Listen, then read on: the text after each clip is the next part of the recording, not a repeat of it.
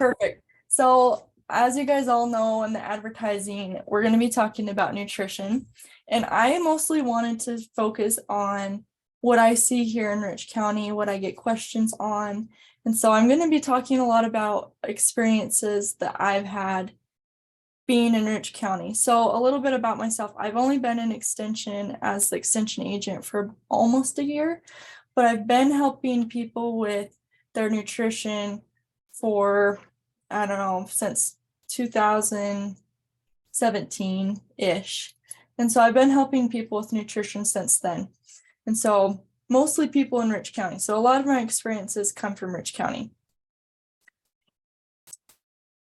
So oftentimes I feel like nutrition gets underlooked because it's nutrition. Sometimes it's really dry, it's really boring. And so when I started thinking about getting an education in animal science, I was like, what do I want to do? Because in animal science, you can do different paths. I could do animal genetics, I could have done animal reproduction, I could have went on to be a vet, different things. But for some reason, nutrition has always stuck out to me. And here's why. Nutrition affects everything. With genetics, if you're not feeding the animal right, that animal isn't going to live up to its genetic potential. If you aren't feeding the animal right, they aren't going to reach their reproductive performance. Just overall performance. Will that calf have a high weaning weight? Will that calf perform in the feedlot? Nutrition affects all of those things. So it affects both performance and health. Nutrition is very important for those. And it also affects the bottom line. At the end of the day, as beef producers, we definitely want to make sure we're making money. That's how we make it work. And so nutrition plays a huge role in your bottom line. And I'm going to talk about that here in a little bit. But for the most part, nutrition is really important. I know it's sometimes a boring topic, but affects a lot of things. So when I start teaching people about nutrition, you got to take it back to the basics. So all mammals, even us, like humans and cows, we all have the same 6 requirements that we need in terms of nutrition. And that is water, carbohydrates, protein, lipids, also called fats, minerals, and vitamins. And those 6 things, that's it in terms of nutrition. We just need to make sure we're giving our animals the right amount of each of those 6 things. So water is sometimes really underrated as well, but it is by far the most important nutrient that you can give your animals. If cows aren't receiving good water, quality water, then you're in trouble. If they have no water at all, you're going to start to have dead cows. So water is really important part of nutrition. Carbohydrates. Traditionally, when we think of carbohydrates, we immediately think of grains. So corn, oats, barley, those have a lot of carbohydrates in them. When we think of protein in a feedlot setting, we might think of soybean meal. But for us in Rich County, we don't feed a lot of concentrates. We don't feed a lot of grain. And so where are we getting our carbohydrates and our protein from?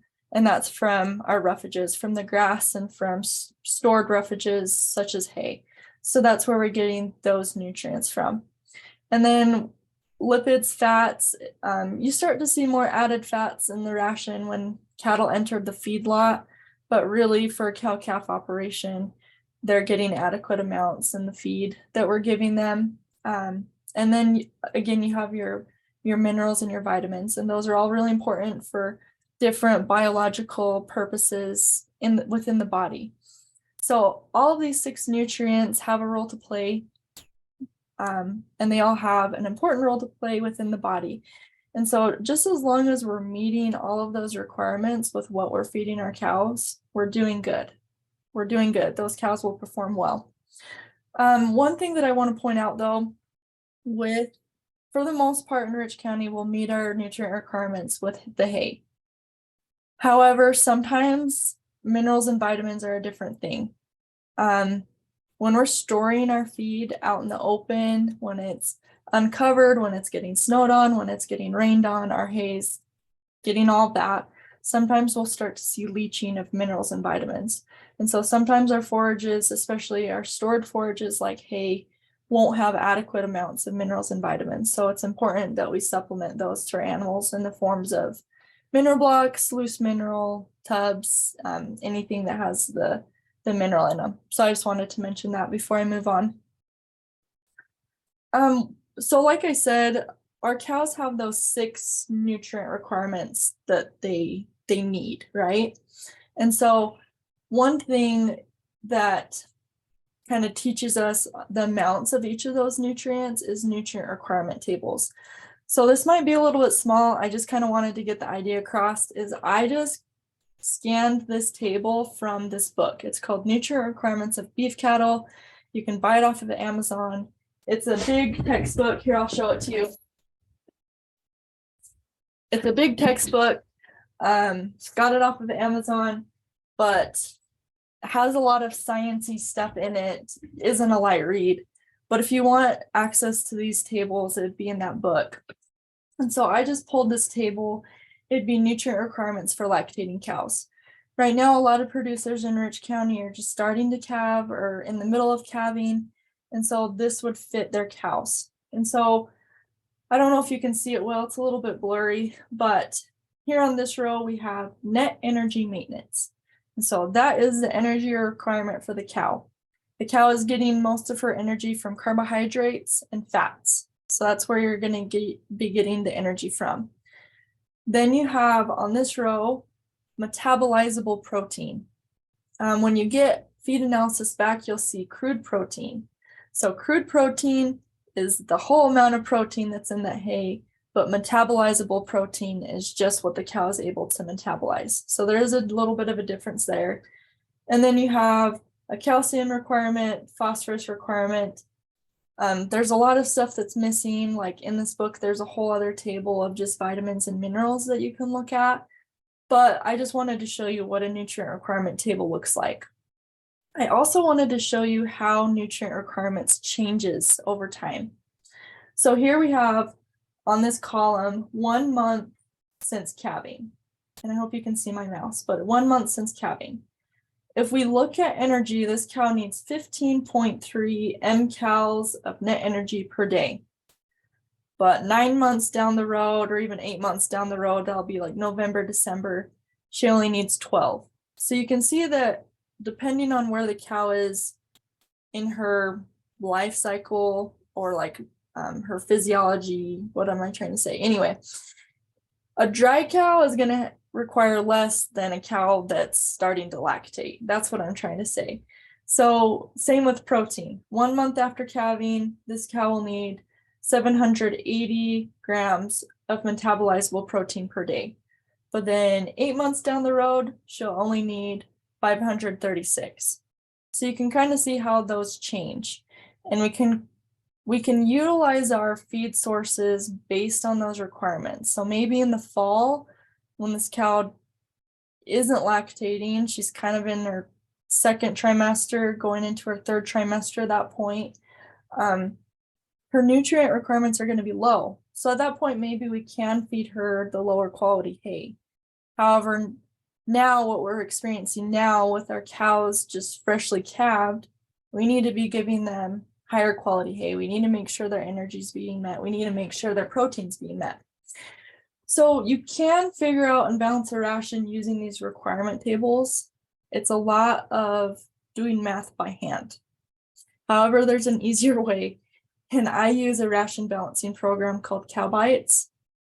I haven't really done a lot with other ration balancing programs. I really like this one because it's really specific to beef cattle. And so I'm going to show you, I'm going to pull up my Cow Bites and we can balance a ration together. But this is what I use. You can put in, like, say I have 1,200 pound cow. She's 1 month since calving. She's producing this much milk. This is the temperature outside. And then it calculates her requirements for you. And then all you do is put in what you're feeding her to see if you're meeting her requirements. So that is definitely an easier way than balancing a ration by hand using some of these requirement tables. But it is nice to have these requirement tables to kind of see how their requirements change over time. In this book, there's also one for replacement heifers. There's ones for growing animals, so that'd be like your feedlot steers. There's also one for developing bulls. So there's different requirement tables for animals at different stages within their life cycle. Do any of you have questions about the nutrient requirement book or tables? No? Okay. So as I mentioned before, nutrition definitely affects the bottom line. And that is because feed is the highest expense on an operation. So this quote is coming from Aaron Berger. He's an extension educator with University of Nebraska Lincoln. And this is what he says. For most cow-calf enterprises, the largest expense is feed. Grazed and fed feed, along with supplements, usually make up 40 to 60% of the costs associated with cow-calf production. Controlling feed costs is a critical component of keeping production costs in check. So feed and what we're feeding our cows definitely affects our bottom line. One of my favorite quotes is, if you can't measure it, you can't manage it. So if you aren't figuring out what your nutrient requirements of your cows are, and you don't know if your feed is meeting those requirements, you really can't manage it. And then in turn, you really can't manage that aspect of your bottom line. So I always give the example of, if someone is feeding a lot of protein, too much protein, and I've seen that before, that producer is wasting money in supplements. He could cut back on protein and save money. That's right now. However, on the flip side, if a producer is underfeeding their cattle, then you'll start to see problems in the future. Start to see reproductive problems. Maybe your cows don't get bred up as well. Maybe you have lower weaning weights, just overall health problems. And so really honing in those nutrient requirements and making sure you're meeting those nutrient requirements will really help you overall with your bottom line. We have some ag economics specialists up on campus, and hopefully this will work. Let me know if you can see. Oh, I don't know why I did that. Let me know if you can see that. Can you see this enterprise budget? Yep. Yes. Okay. So our ag economics specialists put together this enterprise budget. And basically what they did is they came to me and said, hey, we're putting this enterprise budget together. Can you get some averages in your county? So lucky for me, I had a summer intern last year, and I just had her, we have a list of a bunch of producers. I'm like, just start calling, and whoever answers will get averages. And so how it is right now is the averages that she collected. But one thing that's really cool about this enterprise budget is you can change it for your own operation. So say that you only have 300 cows instead of the 700. And you can start kind of playing around with things. So like say that your grass hay or your alfalfa is a lot more expensive. You know, maybe you paid $300 a ton. You can just start messing around with these numbers, and then at the bottom, it gives you the net return. So with the nutrition, you can kind of start playing around with this grass hay and alfalfa, and then the salt and mineral. And I think if you are feeding supplements like protein tubs or pellets, you can kind of add it into the salt and mineral to kind of gather that to make sure you're accounting for that in your enterprise budget. But this is a resource to you guys to use if you're curious about how your operation is doing overall. So at the end of this, I'm going to send out an email to all of you with my slides. So I'll include a link for this as well, so if you guys want to play around with it. Okay. Okay, so again, really important to manage your nutrition because it really affects your bottom line. So how do we start managing our feed? Well, the first thing that we can do, and probably the easiest thing we can do, is test it. If we don't, we need to test it first to know what we're working with. And so for the purpose of this presentation, for the most part, I really only work with testing hay You can collect some like cuttings of your pastures. You can send in some grains and they'll test it for you. But for the purpose of this presentation, I'll just talk about testing hay. So it's really important that you get a device to core the bell, just because you're able to, round bells are rolled up together, square bells, they have their flakes. So if you're able to get a core, in a way you're getting multiple places of that filled. You're getting multiple areas of that windrow that bell was made out of. I hope that makes sense. But really important to core. And you're also, it's not very good to just grab some of the outside of the bell, because like I mentioned before, that hay might have been sitting out. And so the elements have kind of been leaching out some of those nutrients in that bell. So if you want to test your own hay, it's important to get a device to core your bells. So there's different hay probes. So you can get one with a handle that you kind of turn with your hand to go into the bell. You have one that you can put on the end of a drill. And then there's one that's almost like a little sharp stick that you just stab the bell with. For me, since I'm a small person, I get one with a drill, because sometimes when these bells are really wrapped tight, it's hard for me to get a core because they're pretty tough. So I get one with a drill. But I mean, they're pretty reasonable considering they're probably about like $100 to $200 for one of these probes. And our office has probes too, and you're welcome to check them out. So once you have one of these hay probes, you want to make sure you test more than one bell. Usually when I'm testing a stack, I'll try to get 15 to 20 cores per stack. And you try to be as random as possible. As you're walking through the stack, just take random samples throughout the whole stack. You want to make sure that you test each filled and cutting separately. I think that's pretty common sense, but each field will have different nutrients in their feed, and also cutting with like alfalfa, first crop and second crop will have different amounts of nutrients. So then once you get all your cores together, usually I just pour them into a bucket and I mix it together really good. And then when I'm done mixing it, I'll just put it into a little sandwich bag and then ship it off to whoever is going to test the feed. So USU has their own analysis lab, and they call it the usual lab, but it's USU Analytical Lab. They're really good. They're pretty well priced. Some other ones that I've used before is Cumberland Valley Analytical Services, and then Dairy One, and both of those are on the East Coast. They deal a lot with dairies. I've heard whisperings that some labs are better, more accurate. I've never actually heard which ones are the best. But for us beef producers, the USU lab is pretty good, just because we really don't need an in-depth analysis report for our beef animals. So those are some labs that you can send them to. So I just wanted you guys to see, these are some of the hay analysis that I get back. So this one is looking at grass hay.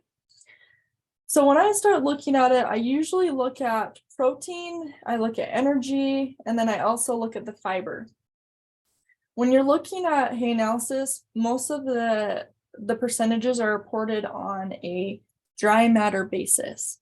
So as a cattle nutritionist, anytime I make a ration, it's always on a dry matter basis. And what that means is we're basically just taking all the moisture out of the hay, and we're looking at the nutrients without the moisture in the hay. And that just feeds on a level playing field with each other. Because you can have corn silage that has like 60% moisture, whereas hay has only 10% moisture, 10 to 15. And so that just kind of puts things on a level playing field. So this grass hay in Rich County has 8.8% crude protein. That's not a lot, but that's typical for Rich County. And then looking at fiber, I usually look at acid detergent fiber, neutral detergent fiber, and lignin. And that's basically telling me how digestible this hay is. So for ADF, you don't want more than 35%. And for NDF, you don't want more than 60%. So this hay's good. And then the lignin also looks good. Looking at energy, we're looking at the net energy maintenance and net energy gain. So 1 pound of this hay will have 0.62 mcals of energy. And so if you remember back to our lactating cow 1 month after calving, she needs like about 15 mcals per day. And so that just shows you how much energy is in the hay. So then here's another one. This is from the USU analytical lab, and this is alfalfa, and you can kind of see the difference. With the crude protein, there's 15% crude protein in this alfalfa, so much better. This would probably be better for the cow that has calved. And then you can also look at energy. The energy is just slightly more than the grass hay. And then the neutral and acid detergent fiber look good.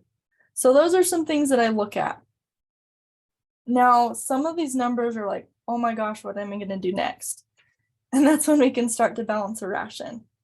So when you balance a ration, you can balance a ration in 3 different ways. You can do it by hand, which is not very fun, but you can do a Pearson square or a simultaneous equation, go back to algebra, or you can use a ration balancing software, which is probably the easiest thing to do. Okay, this is a Pearson square. And like I said, I'm going to give you the slides. But if on the offhand chance that one of you just passionately wants to learn how to do a Pearson square, I will walk you through it. Does anyone want to learn how to do a Pearson square? No, that's okay, because there's easier ways. So basically, this is the math. I'll give you the slides in case you want to learn how to do a Pearson square, but you can see there's a lot of math involved. Or you can do a simultaneous equation. Again, a lot of math and a lot of time. And this is just to balance for 1 nutrient and 2 different ingredients. So you're going to be spending a lot of time doing this. And so again, I'm going to give you the slides. You can look at it. You can figure out how to do it yourself. But the easiest way and the way that I do it is to use a ration balancing software.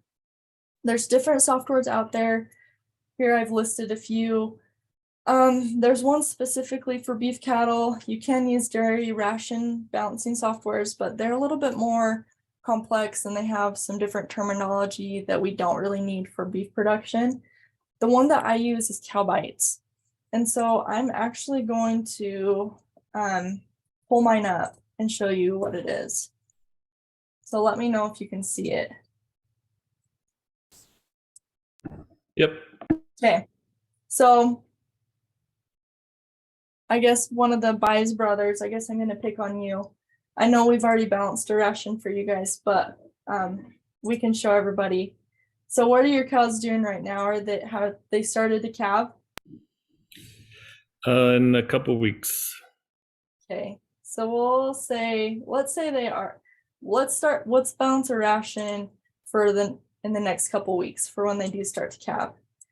Do you have an idea how much they weigh? Oh, just guessing somewhere around the 1,400 pounds. Okay, we'll do 13. So they're 0 months pregnant because they calved.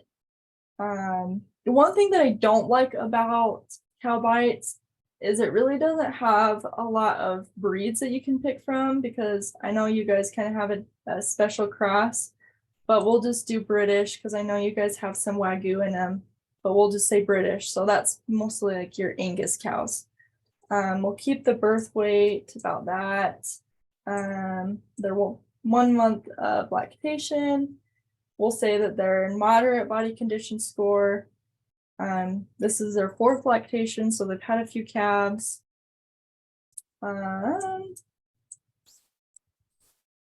Okay, so you can change what type of animal that you're feeding. You can also change, there we go. You can also change the temperature. So we'll say next week the average is 40.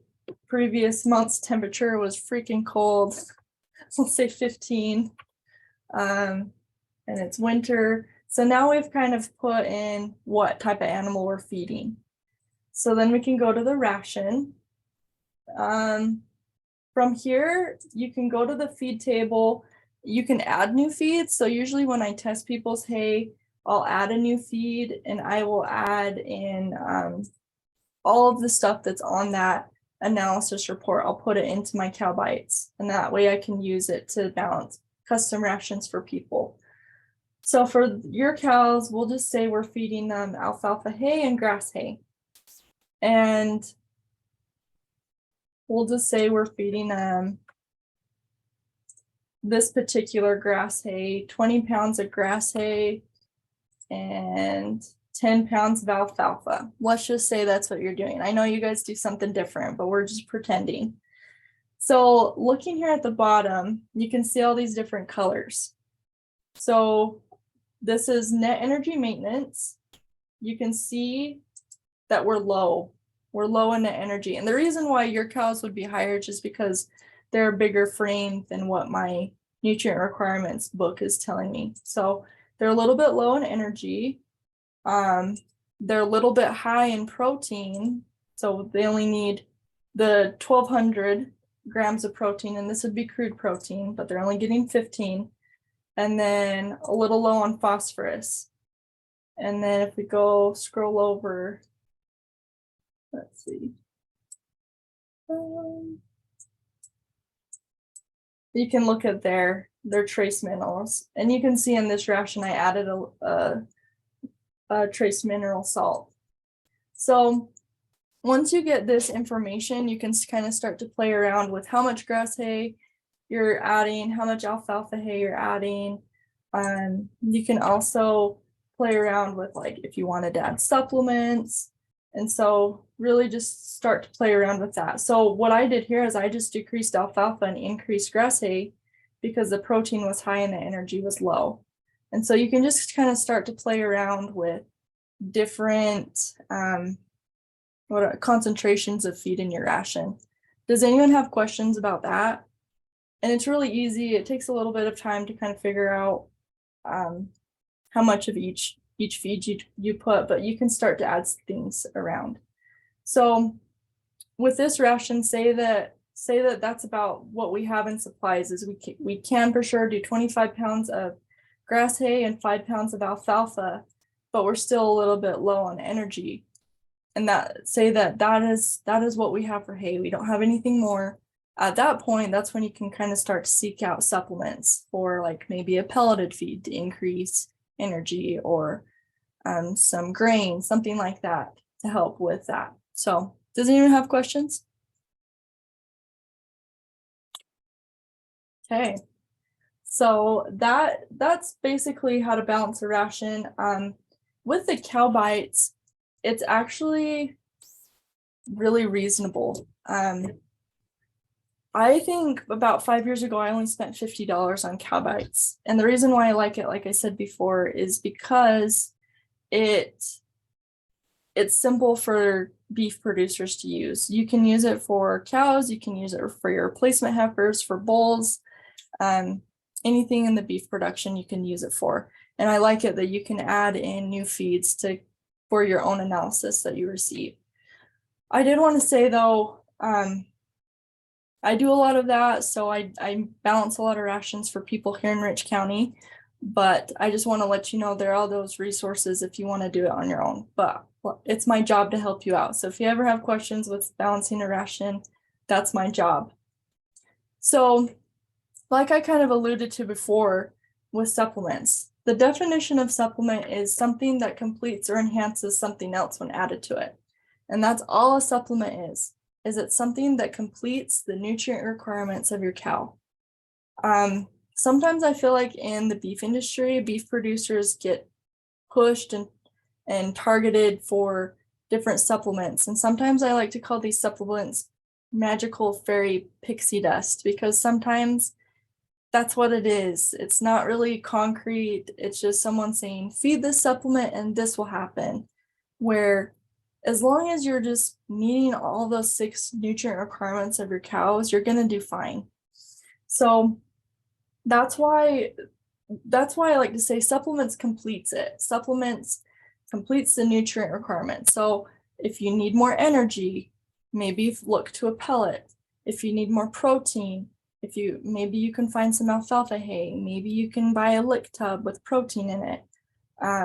If you need vitamins and minerals, and I will say vitamins and minerals are probably something you should be supplementing all the time, but you can buy loose mineral, you can buy some of the lick tubs have mineral in it and minerals and vitamins, or you can buy a salt block. So these are all things that you can use to supplement your cows with. I did want to say though, with the mineral, in Rich County, we are known to have a deficiency in selenium, copper, manganese, and zinc. And so sometimes I recommend a loose mineral over a block, just because a block is sometimes hard for the cows to lick enough to get enough nutrients that they need. So a loose mineral is easier for the cow to eat and get all of the mineral that she needs. One thing though that people have told me is, okay, if I feed a loose mineral, they just kind of plow right through it, they eat it all. So one thing that I do is I tell people to put out 3 days worth of loose mineral. And if the cows go through it in 1 day, then that's fine. After the 3 days, you put out another 3 days worth. That way it kind of rations them on minerals, so they aren't going through so much. However, I will say sometimes after they've been mineral deprived, sometimes you kind of have to let them go through a lot of mineral to get back to the right amount of minerals. In Rich County, you'll see people that turn out on range. Out on range, usually they only have the salt blocks. So then when they get home and you start giving them the loose mineral, they'll go through a lot. And so maybe let them go through it quicker, but then after some time, they'll start to kind of back off naturally. And that's when you can put out 3 days worth at a time and then ration them that way. So that's my 2 bits on supplements. Just keep it simple. Oh my gosh, I don't know about you guys, but I'm feeling this cow saying, tell us what you've done with all the grass, because I look out my office and there's still a lot of snow. And so some of the concerns that I've been getting is, well, am I going to have to feed past than what I originally planned for? And am I going to be able to find hay if that's the case? And sometimes you can look towards alternate feedstuffs. Dr. Garcia actually wrote a fact sheet about this during drought situations. However, I think right now, if we're feeding past than what we think we are because of the snow, it's kind of the same thing. We can look to alternate feedstuffs. And so some of that might be pelleted feed. You can get brewer's grains, that'd be your dry distiller's grains or wet distiller's grains. You can get human food waste or factory rejections. I know a producer over in Box Elder that feeds his cows tortillas because they're rejected at the factory. So that's just a form of carbohydrates. However, when you start to look at these alternative feedstuffs, you got to ask yourself a few questions to make sure it makes sense. And that is to test the feed. Some of these alternative feedstuffs have maybe a lot of protein, maybe too much energy, maybe they have a lot of nitrates in them if you're grazing a cover crop, something like that. So make sure you test the feeds to make sure they're safe and they actually fit the holes of your operation. And then also pencil out the transportation. Sometimes just transporting these alternative feedstuffs is way more expensive than buying the expensive hay. So just pencil it out to make sure it makes sense. And then also the component of storage and handling these alternative feedstuffs. So if you're feeding the distiller's grain, sometimes they can go moldy fast. So maybe you need to store them in a specific way and maybe you don't have the facilities to do so. So just really talk about all of the various scenarios when thinking about alternative feeds. I think they're really helpful in some situations, but at the same time, I think it's really important to go through all the scenarios to make sure it makes sense for your operation. So that's my 2 bits on alternative feeds. At the end of the day, though, this is what I tell everyone. Nutrition doesn't have to be complex. Simplicity is best. As long as you're meeting your cows' nutrient requirements, as long as they're getting those 6 nutrients, the water, carbohydrates, proteins, fats, vitamins, and minerals, you're doing a good job. It doesn't have to be confusing. It doesn't have to be hard. Just simple. Simple is best. So I know that was just skimming the surface, but if you have any more specific questions for me, now would be the time to ask. Do you have questions? For the mineral part, Yeah. thank you for mentioning some of the things that are deficient in Rich County. When you go, to look at mineral blocks, there's 6 different types of blocks, Mhm. and I just feel like I'm just guessing, and you pick the one that has the most names on it. But I don't know if you have any other, specific what to choose for our area. Yeah, so there are some that I know there's a few feed mills that have done tests over in Rich County. So they have, if you want to call it, some minerals that are kind of more specific to Rich County. Those would be a good place.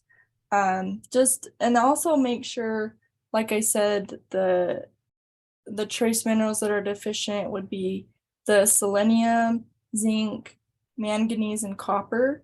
And if you have a little bit more in your budget, I'd really recommend looking at chelated mineral. So do you know what chelated mineral is? Has anybody told you about that? Nope, and I don't remember from chemistry. So No, you're good. So basically, you have your inorganic mineral. So that'd be like your bottom line mineral. It's like your copper sulfate, zinc sulfate. Just that's what you'd call your inorganic mineral. It's not really absorbed well. So when you start to get your chelated mineral, what the chelate does is it cups. It's like an organic substance like copper, carbons that kind of protect the trace minerals, like it protect the copper. So then as it goes through the rumen, it doesn't get degraded. It goes into the small intestine and then it gets absorbed by the animal. So in like the most simplest way to say it is chelated mineral will get absorbed better than inorganic mineral. Does that make sense? yeah, I don't know if I've seen chelated. I mean, I haven't looked really closely, but um, is it a loose mineral typically that's a chelated mineral? Yeah, it's usually in your loose. And if you go to a feed mill, you can talk to your feed mill of choice and just say, hey, this is what I'm looking for. I'm looking for a mineral that has chelated trace minerals. And then they'll be able to hook you up. It is a little bit more expensive, but if it is a problem, a deficiency, then it's worth it. Mhm. Um, Another question. I don't want to take up No, other you're good. questions to ask. I don't want to dominate. Um, when you're talking about feed rations, Mhm. when you just have a free choice, you know, feed going on with you put out a bale and a feeder. Um, do will they, increase or decrease their intake based on the quality of your ration, or do they pretty much eat the same, weight all the time, regardless? They'll definitely increase when there's a better quality feed. If you do want to kind of back them off, that's when you kind of start to get more mature feed. So like grass hay that's pretty mature, pretty coarse, that would definitely back them off on eating a ton. In your case, where it's just easier for you to drop your hay in a feeder and you want to know if you're meeting nutrient requirements or if you want to know how much they're eating, I think the best way for you is just say, okay, I know this bale weighs this much. I have this many cows, and this is how fast they're going through it. So then you have an idea of how much they're eating. And then if you test that hay, you know exactly, you kind of have an idea of the nutrients that they're getting. But if you feel like if they're getting too much feed, you can start kind of feeding them the gamier hay, I guess that's what you'd call it, and it would slow them down. More fibrous feed kind of slows them down. But Yeah, they eat our grass hay slower than the grass alfalfa mix. yeah, yeah, that's a good question. Thank you. Are there any other questions?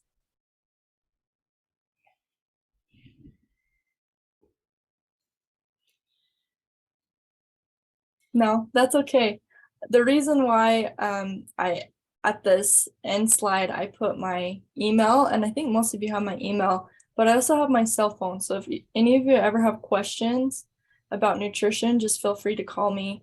And then like I mentioned before, my services of balancing the rations for you is free because that's my job. And also if you ever need to check out a hay probe, you can do that, or I test people's hay all the time too. I can come out to your place. So if any of you don't have any more questions, then we can just go ahead and end. Appreciate it, Regan. I'm gonna try out the cow bites, and if I get lost on it, then I'll reach Okay. out. Yeah, let me know. And then I'll also share my slides and also the links that I shared too, so you guys have access to it. Awesome. Very much appreciated. Okay. Thank you. Thanks, Regan. You guys have a good night. Bye. Oh, I have two chats. Oh, Brandy, sorry. How effective is feeding biomass and mineral and preventing scours? Okay. So, Brandy, I'm sorry I missed that. I've heard people really like biomass, but to have it be effective, you need to make sure you're feeding it at least 2 to 3 months before you start calving. So, okay, this is loading. Yeah. So does that answer your question?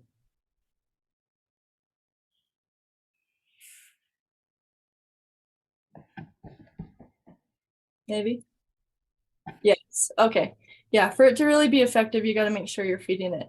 And for you guys who don't know what biomass is a probiotic, or what am I trying to say? Yeah, a probiotic in a way that is put into mineral to kind of help with the harmful bacteria that cows excrete out in the environment. And so that's why it might prevent scours. But for it to be effective, you need to make sure you're feeding your cows the biomass 2 months before you start calving to make sure that probiotic is in their system and killing all the bad bacteria in their digestive tract. So if you guys didn't know what biomass was, and it's really easy to mix into protein lick tubs and also loose mineral. So if you ever want biomass, it's just contact your feed mill and say, hey, I want to add some biomass into my mineral. They can add it in, or you can just buy a whole bag of biomass and do the math and figure out how much biomass you need per bag of mineral and then mix it yourself. So I've done both ways. When you mentioned feed mills, are there some nearby, or what do people tend to use? So as an extension agent, I can't have favorites, but in our area, people use IFA a lot for Waltons. There's Cash Commodities, but they're kind of not as reliable. Bear River Valley Co-op is a feed mill. That's just a few. But yeah, it's the biggest one's probably IFA in our area. Okay. Does all that. Mm-hmm. Cool. But I will say Waltons at Cash Junction, that's one you got to go to. But there's a guy named Lamar there. And if you ever have mineral questions, he's really great, but sometimes the stuff he says goes over your head. But he's pretty good to work with too. Great. Okay. Any other questions?